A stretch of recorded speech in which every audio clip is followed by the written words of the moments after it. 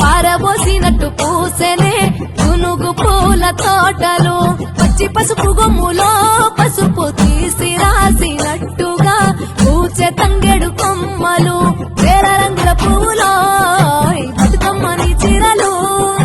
కోనేటిలో కలువలో గౌరమ్మని రవికలు ఎంతటి అందాల మహారాణివే నీ చుట్టూ పూలని చలికత్తెలే